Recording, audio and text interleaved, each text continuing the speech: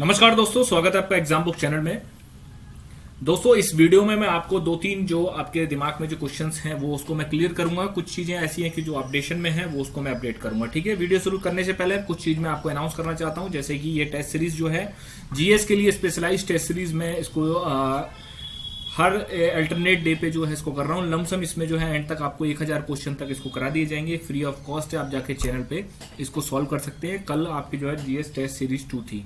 Miscellaneous question जो है वो आगे आने शुरू करेंगे। पहले मैं आज चाहता हूं कि टॉपिक वाइज टॉपिक, खासकर संविधान में आपको टॉपिक वाइज टॉपिक जो है कम से कम 50-50 क्वेश्चन के करीब आपको जो है हर टॉपिक से करा दिए जाएं। ठीक, तो आपका जो है वहां पर कल्याण हो जाएगा। और मेरे ख्याल से इतना अगर आप करके जाते हैं 1000 क्वेश्चन की सीरीज, तो वहां आपको लमसम 20-22 क्वेश्चन इन्हीं में से घूम फिर के देखने को मिल जाएंगे। इसका जो डिस्क्रिप्शन है, इसका जो आपका उसको जरूर आप सुनिएगा, क्योंकि उसको मैं फिर डिस्क्राइब करता हूँ चीजों को। सेकंड चीज है, 5 अप्रैल से हिंदी मीडियम के लिए बैच स्टार्ट हुआ है आपका फॉर जीएस के लिए। इसको आप ज्वाइन कर सकते हैं। कांटेक्ट करने के लिए 2 नंबरों पे आप कांटेक्ट कर सकते हैं। ये आपके सब्जेक्ट्स हैं। इंग्लिश मीडियम के लिए 10 मार्च से बैच स्टार्ट हो चुका है। एक ही बैच है, क्योंकि इंग्लिश मीडियम में स्टूडेंट ना के बराबर हैं, इसलिए एक ही बैच को जो है वो चलाया जा रहा है। चलिए स्टार्ट करते हैं। सबसे पहले मैं बात करता हूं, देखिए दोस्तों, 19 अप्रैल से जो है वो कांस्टेबल फर्स्ट बैच के इंटरनल एग्जाम स्टार्ट थे। बट जो है पूरी की पूरी आरटीसी जो है, शायद हो सकता है कि फीमेल्स को ना भेजा जाए, लेकिन चांसेस हैं भेजने के। तो फीमेल जो आरटीसी थी उसको जो है वो पूरा के पूरा उनको भेजा जा रहा है। किस लिए? पंचायत चुनाव के लिए। तो 19 से तो जो है पंचायत चुनाव के लिए जो है भेजा जा रहा है इनको, ड्यूटी के लिए।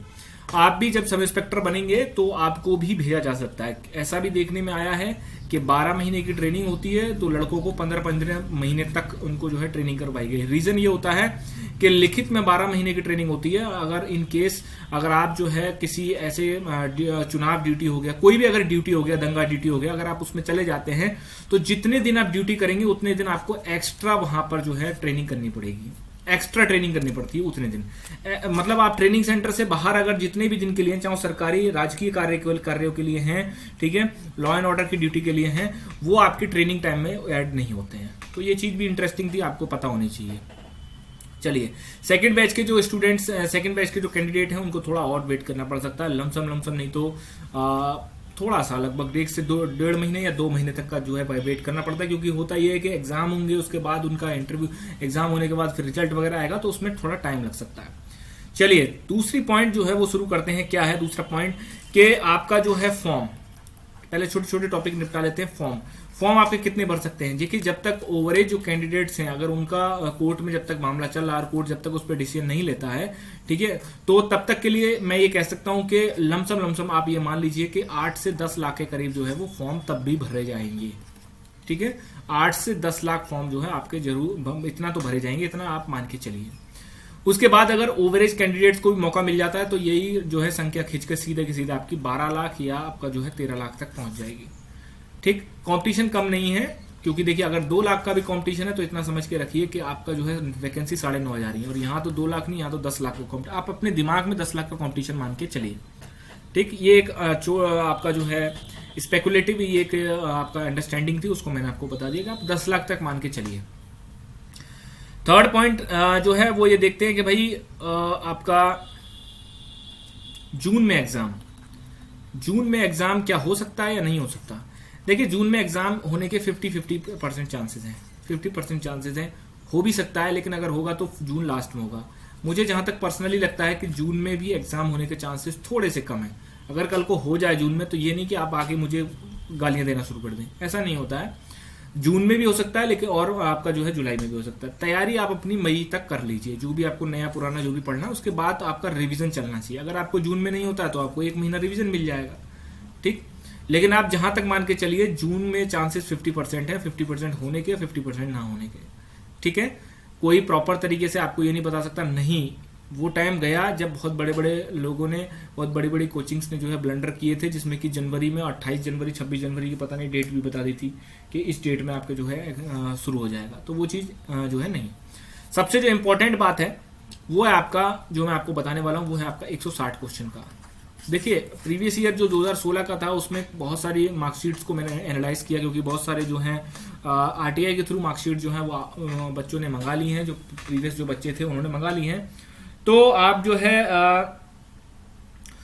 उसके बाद मैंने जब एनालाइज किया तो ये चीज मुझे देखने में आई, जैसे मान लीजिए आप 110 क्वेश्चन कर रहे हैं, सही कर रहे हैं, बिल्कुल सही, लेकिन वही बात है नॉर्मलाइजेशन की। अब 110 क्वेश्चन का मतलब अगर आप 110 क्वेश्चन अटेम्प्ट कर रहे हैं तो ऐसा तो नहीं है कि आप जो है बहुत ही बड़े दिग्गज हैं और आप जो है चिट्टी जो आपका जो है ये मूवी नहीं थी उसकी जिसमें वो रोबोट बनता है, ठीक है। अब वैसे तो है नहीं कि आप जो है स्कैन करके सीधा 110 क्वेश्चन करें और 110 में से 110 ठीक होके जाएं, ऐसा नहीं है। लगभग 10 क्वेश्चन के करीब आपके गलत भी हो सकते हैं, इतना तो नॉर्मल होता है। तो आप आगे 100 क्वेश्चन पे, उस पर बाद नॉर्मलाइजेशन अगर आपको हो तो बाउंड्री लाइन पे आप लोग फंस जाएंगे। तो अब जैसे मान लीजिए आपने 110 क्वेश्चन आपने कर लिए, बचते हैं 50 क्वेश्चन। अब 50 क्वेश्चन का क्या सीन है, चलिए मैं मानता हूं 50 क्वेश्चन पे आप तुक्के मारते हैं। तुक्के मारने का भी तरीके होते हैं, एक होता है स्मार्ट तरीका, ठीक, और एक होता है कि बस जय माता दी लेट्स रॉक करके जो है वो CCCDD करके मार देना। नहीं, ऐसा नहीं होता है। तो आपको मान लीजिए 50 क्वेश्चन है, अब 50 क्वेश्चन में से आप करते हैं सारे के सारे क्वेश्चन आप कर देते हैं, ठीक। आप 160 क्वेश्चन करके आते हैं। अब 160 क्वेश्चनों में से क्या है, नॉर्मलाइजेशन का जो चीज है वो भी चीज मैं आपको आगे बताऊंगा। 50 क्वेश्चन आप जो है आपने जो है तुक्का मारा है। 50 क्वेश्चन में से जैसे मान लीजिए आप 40 क्वेश्चन गलत करके आ गए, 40 क्वेश्चन आप गलत करके आ गए, ठीक।